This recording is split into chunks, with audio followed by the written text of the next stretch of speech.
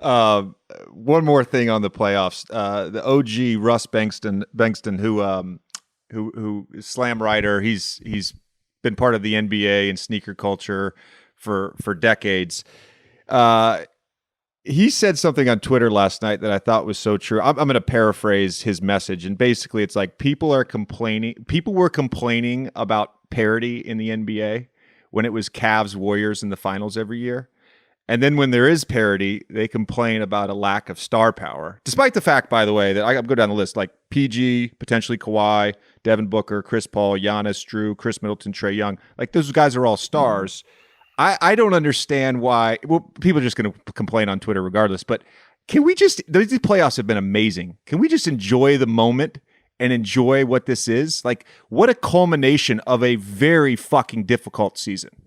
I mean, I completely agree. But like, to your point, everyone's never going to be happy. You know what I'm saying? Like, if there's the parity, like, everyone's not happy. And then there's the teams that, like, one of these four teams is like, someone's going to get their first ring. You know what I'm saying? Like, Trae's going to get his first ring, Giannis, PG, and Devin Booker. Like, to me, this playoffs have been the most enjoyable to watch. I have just loved seeing new people on the scene, like Devin Booker, first time in the playoffs. He's been absolutely incredible, and seeing with that Suns team. I'm a fan of Monty Williams, and my old coach, Nate McMillan, seeing him go this far, it's just been a joy to watch. TJ, can you one last thing on the Hawks Sixers thing with Trae in particular, because you've had to, guard him. What makes him so tough? Because I think that we've seen, even in the last, month, we've seen sides of him that I think that we probably haven't necessarily seen, at least obviously on a stage like this before. I mean, his handle is, it's incredible. It's on a string. And, when he's hitting from three and you try to take that away, his floater is so good that the big either steps up and he throws the lob. He's unbelievable at reading that. And he's taken it to another level at letting the game come to him. And it almost seems if the game's slowing down for him. And he's reading the big, whether if they step up, he's shooting that floater, and he's an elite.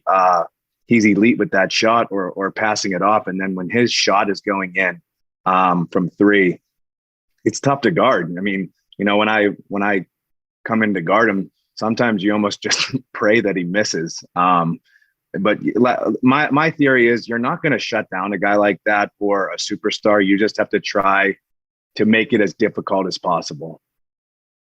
Let's acknowledge Trae's skills. I think you touched on all of that. His handle, his shooting, his floaters, his passing. To me, what makes him great is his supreme confidence. He's unflappable. There's a self-belief there that is elite.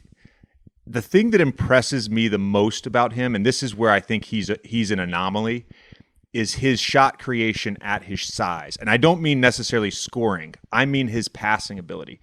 There was one play in the first round where he came, maybe it was the first game against Philly, but he came off a pick and roll in the middle of the floor.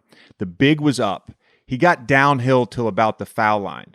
And the big was like a 7-footer. It was like Joel, right? And he's being guarded by Matisse or Danny Green or whoever it is. He's got the ball in his left hand. Without discontinuing his dribble, he throws a crisp, on-time, on-the-money pass to Bogdanović, who's shaking up out of the corner. And I'm like, there's no 5'10", 5'11" guys that can do that.